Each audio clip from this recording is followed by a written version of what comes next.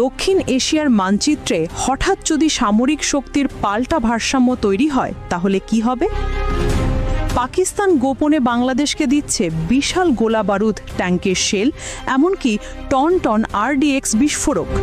শুধু তাই নয়, আকাশযুদ্ধে ব্যবহারের জন্য তাদের সবচেয়ে আলোচিত যুদ্ধ বিমান JF-17 ব্লক 3 এর প্রস্তাবও রাখা হয়েছে ঢাকার সামনে।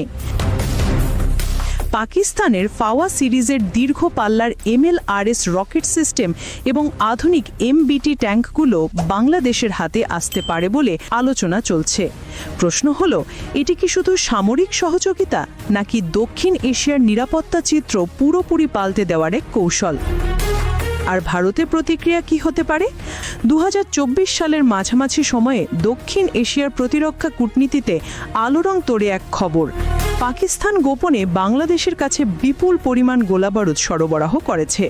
বিশ্লেষকদের মতে এতে অন্তর্ভুক্ত ছিল প্রায় 40,000-এর মতো সাধারণ গোলাবারুদ, 2,000-এর মতো ট্যাঙ্ক শেল, প্রায় 40 টন RDX এবং কয়েক হাজার উচ্চ ইন্টেন্সিটি শেল।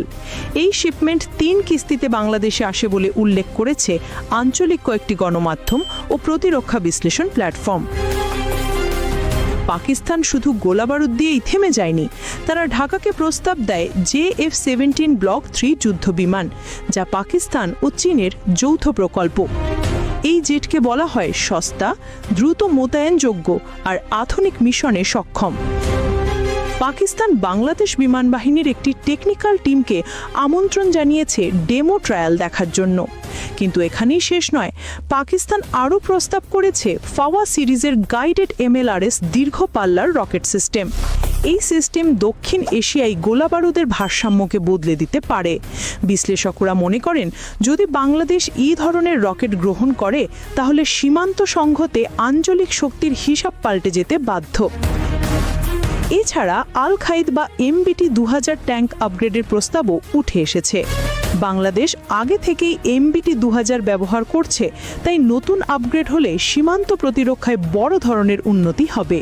তবে বিশ্লেষকরা সতর্ক করেছেন, দীর্ঘমেয়াদী যন্ত্রাংশ, প্রশিক্ষণ আর রক্ষণাবেক্ষণ ছাড়া এই ধরনের চুক্তি কৌশলগত ঝুঁকি তৈরি করতে পারে। সবচেয়ে বড় প্রশ্ন হলো, এর প্রতিক্রিয়া কি হবে ভারতের? বিশ্লেষকেরা বলছেন, ভারত এই চুক্তিকে গভীরভাবে পর্যবেক্ষণ করছে। সামরিক সক্ষমতা বাড়ানো মানে কেবল শক্তি নয়, কূটনৈতিক সম্পর্কেও টানাপোড়েন। আন্তর্জাতিক মহলেও প্রশ্ন উঠছে, বাংলাদেশ কি পাকিস্তান চীন অক্ষের দিকে কৌশলগতভাবে ঝুঁকছে?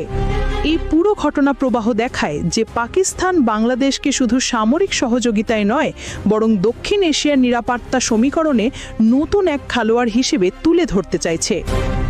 বাংলাদেশের জন্য এটি একই সঙ্গে সুযোগ ও চ্যালেঞ্জ। একদিকে সামরিক সক্ষমতা বাড়বে, অন্যদিকে বাড়বে রক্ষণাবেক্ষণ খরচ, কূটনৈতিক চাপ এবং প্রতিবেশী প্রতিক্রিয়া।